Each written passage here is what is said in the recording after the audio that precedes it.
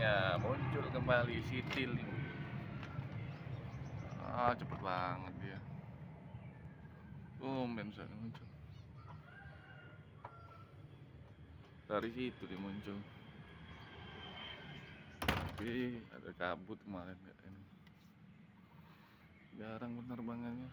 Arah Batam ke Medan ke Padang. Citylink muncul.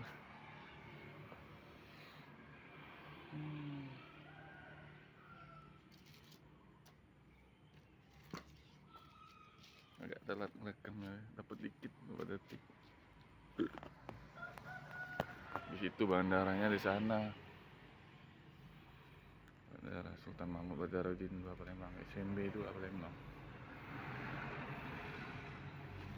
Nah, untuk turun dari internasional ke bandara domestik oleh Menteri Perhubungan. Padahal Menteri Perhubungannya orang Palembang sih.